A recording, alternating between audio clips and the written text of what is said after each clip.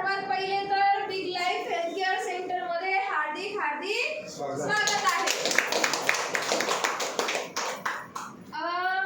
आई, सर्वात पहिले तर सर्व आई बाबांना तुमचं नाव सांगा.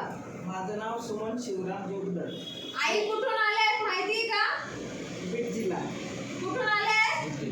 बीड जिल्हा. माझा इथं मुलगा आहे. हा, इथं मुलगा आहे. ओके, तर बुद्धमणी जोगदंड दादा म्हणून आपल्या सेंटरला येतात. तर त्या दादांनी पहिल्यांदा तर थेरपीचा अनुभव घेतला.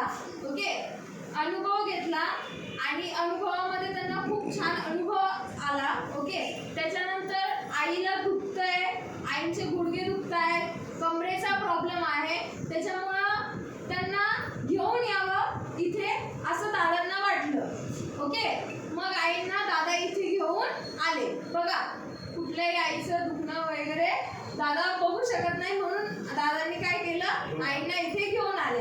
आई, तुम्हाला आता किती दिवस झाले थेरपीला येऊन? 12 दिवस झाले. आई, तुम्ही गुडघ्यांसाठी पहिले कुठे उपचार केले होते का? मी खूप केले, इथं पण केले. हा, नाशिकमध्ये पण त्यांनी इलाज केले, रत्नागिरीत केले, रत्नागिरीमध्ये पण केले, पुण्यामध्ये पण केले, अंबाजोगाईत केले, अंबाजोगाईमध्ये पण केले, तरी सुद्धा काहीच फरक पडला.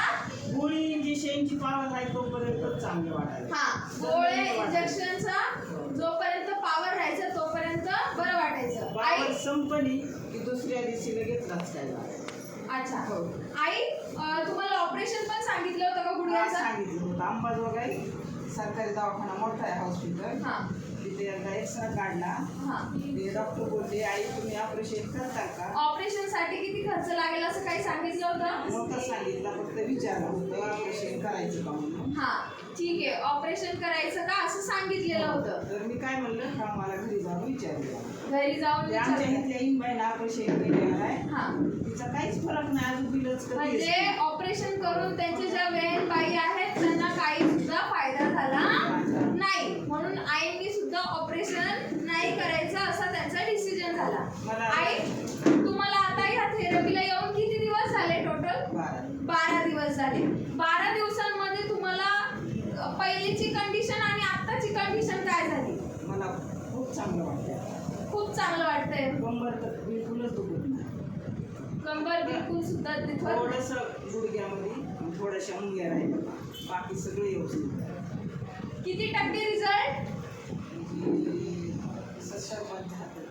70 ते 75% आईंना रिझल्ट मिळालेला आहे. म्हणजे बीडवरून एवढ्या लांब आलेल्या आहेत तर त्यांचा फायदा नक्कीच झालेला आहे. तर आईसाठी एकदा जोरदार क्लॅपिंग.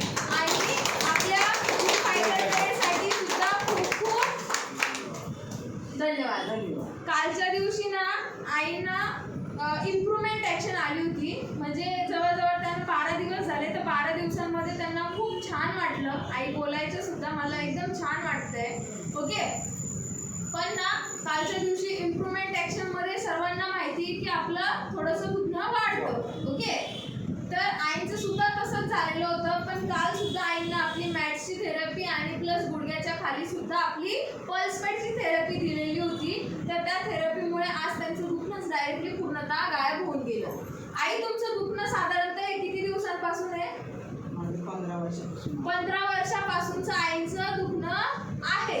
आता 12 दिवसांमध्ये त्यांना इतका छान रिझल्ट मिळू शकतोय. तर अजून त्यांनी जास्त दिवस थेरपी केली तर त्यांचं जे दुखणं आहे आता 70 ते 75% आहे, ते एक दिवस नक्कीच 101% पोहोचेल. मला माझ्या मुलांना आयुर्वेदिक औषध तर एवढे दिले. हा, तरी सुद्धा काहीच एक फायदा. औषध 5-5 हजाराचं, 10-10 हजाराचं.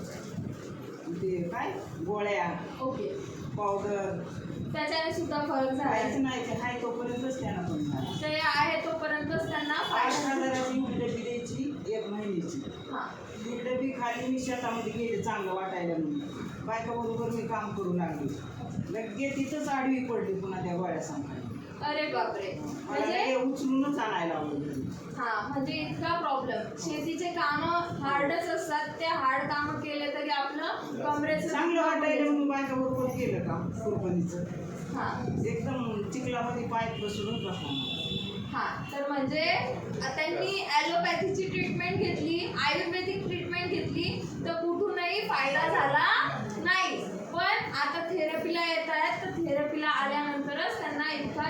फायदा होतोय. आई जवळजवळ तुम्ही आतापर्यंत किती खर्च केला?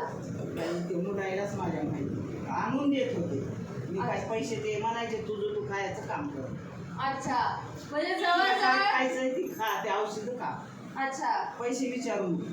अच्छा, तर म्हणजे तरी त्यांचा जेमतेम एवढे दवाखाने वगैरे फिरले आहेत तरी सुद्धा जास्तच खर्च त्यांचा नक्कीच झालेला. जिथं मुलं माझी आहेत तिथे तिथे दवाखाना गेला, मुलीच्या घरी सुद्धा गेला दवाखाना. हा, तरी सुद्धा कुठेच फायदा नव्हता.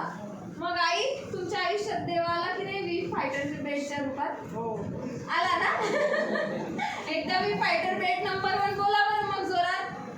नंबर 1 वी फायटर बेड. नंबर 1 वी फायटर